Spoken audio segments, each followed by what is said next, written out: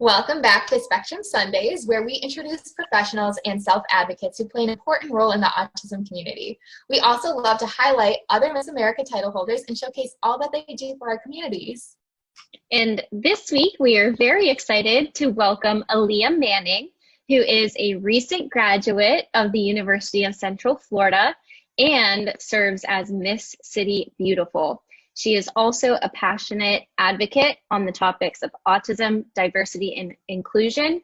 So we're very excited to have you with us. Thank you so much for being here. Thank you, Fran and Megan, for having me. I'm excited. Let's get started.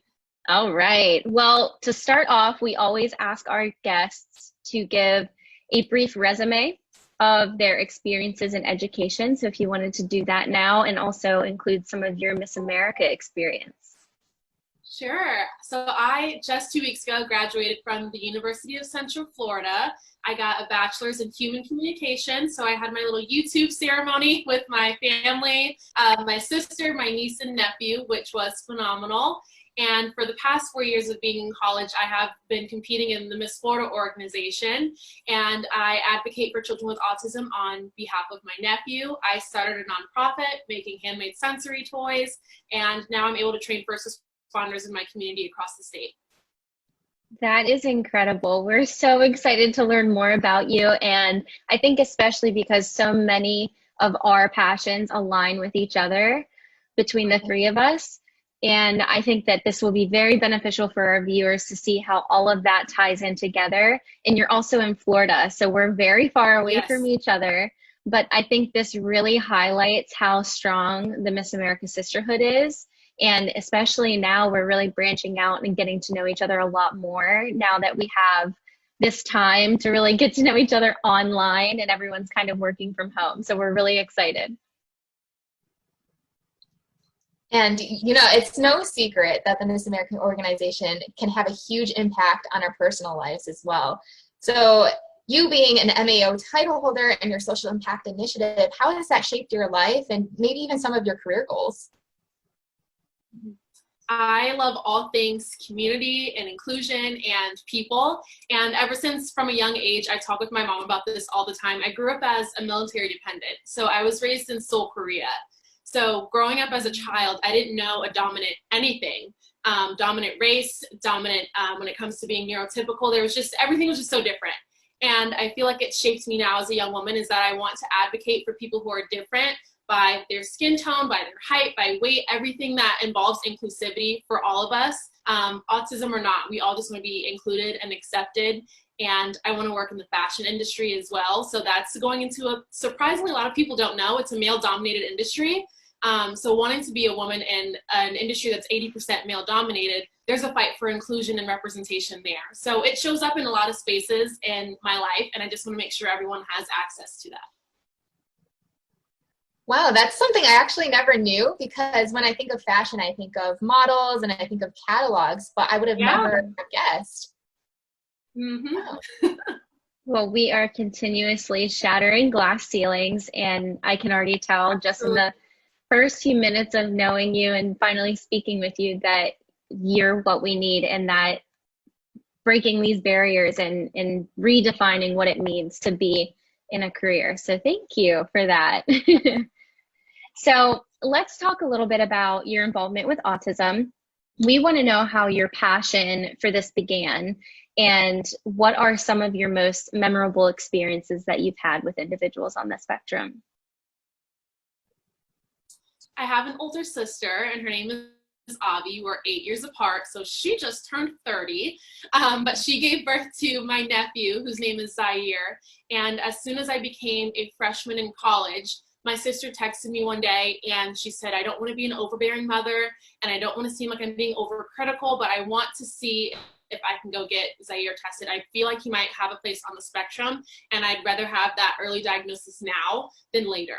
And she got him tested, and we found out that he found his place on the spectrum. And at that same time, I just moved into my college apartment, and I wanted to compete for a scholarship, but I didn't know what my platform was going to be. And at the time, I was like, well, I think I found it. And that's been the most rewarding and the most memorable experience of being a title holder is I am an aunt and a caregiver first, but closely right behind that is being a title holder, because I've learned so much being a title holder and an advocate, but also my nephew, who's now 6, has taught me so much, and he's only just a child. Right. And when the timing aligns like that, you know it's destiny. Yes. You know it's meant to be. Mm-hmm. Yes. That's amazing. And on the topic of autism awareness, Spectrum Sundays was really meant to raise awareness for our community. And in the past, you have posted a quote, and it said, it's not acceptance without inclusion. And I think this is a really powerful statement. So could you share a little bit more about what acceptance and what inclusion means to you? Yes, absolutely. I think acceptance is kind of allowing people into your home and allowing other people into the space. You kind of accept them being there in that space with you. But inclusion is inviting them to sit down at the table, inviting them to do all these things with you in your home, and making them feel like they belong. And I had that first experience. Going back to that other question, my favorite experience is probably I attended an Autism Speaks walk, and Cody Lee was there. I'm not sure if that name rings a bell, but he won American Talent.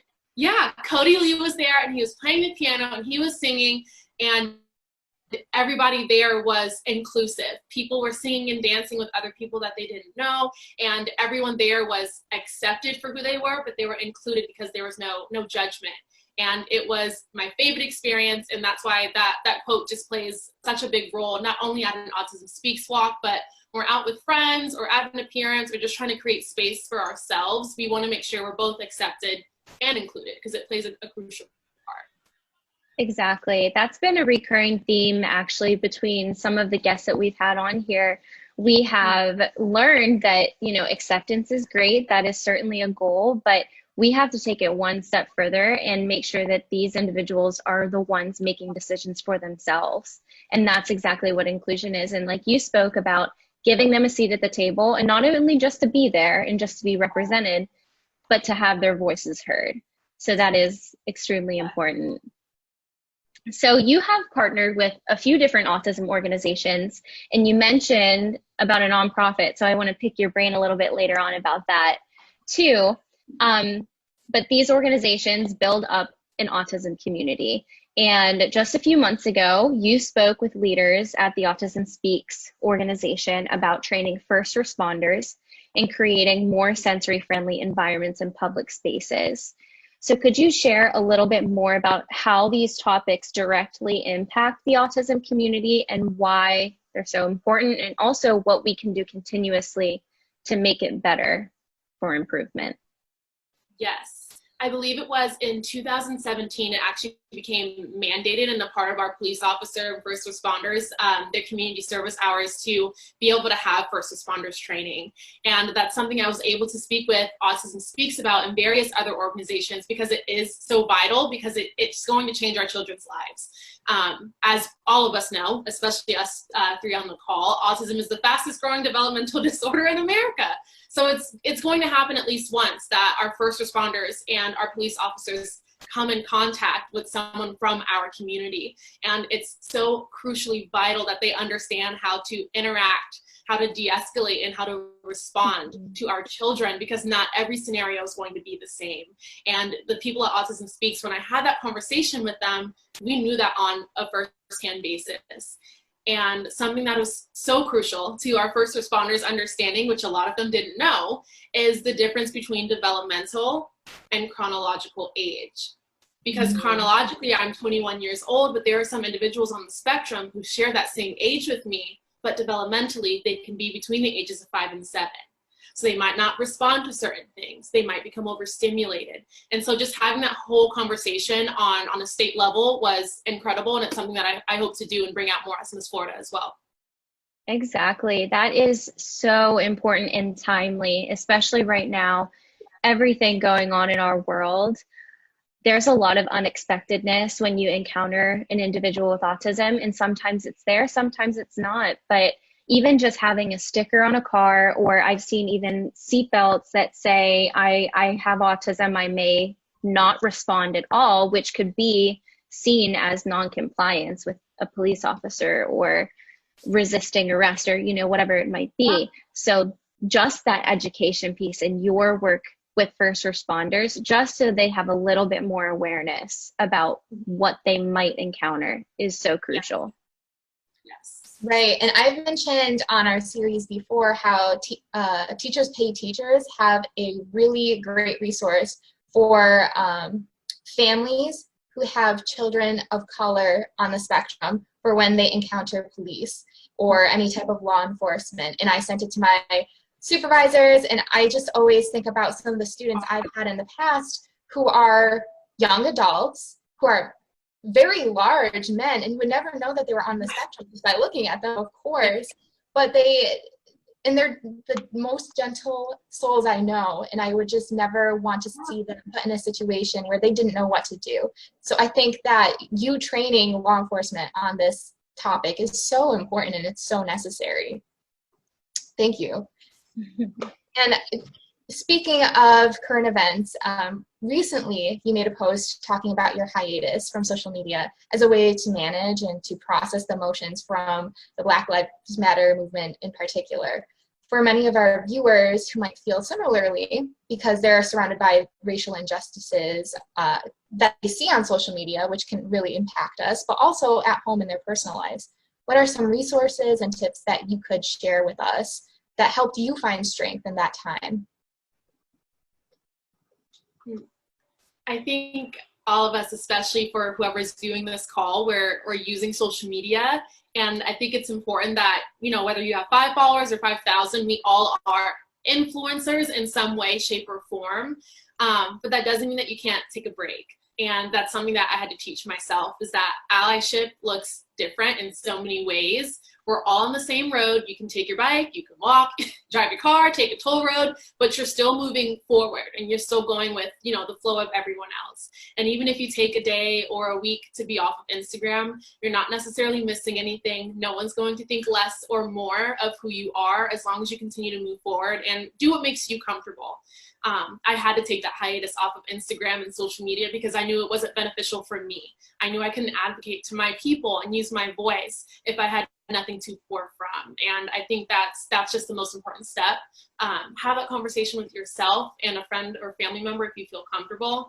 But we all know who we are and what we stand for in our core. And I think just remembering that is what's going to be important. Absolutely. And I think sometimes it's really necessary to take that step back.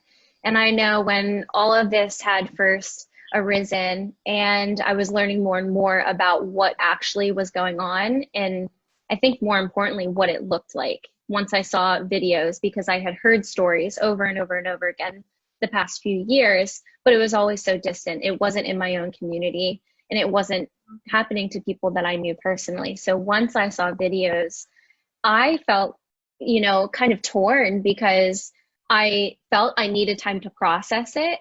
But then I sat in this privileged space with knowing that I could take that step back and process it, but not everyone can. Some people are living that daily and fighting it daily even.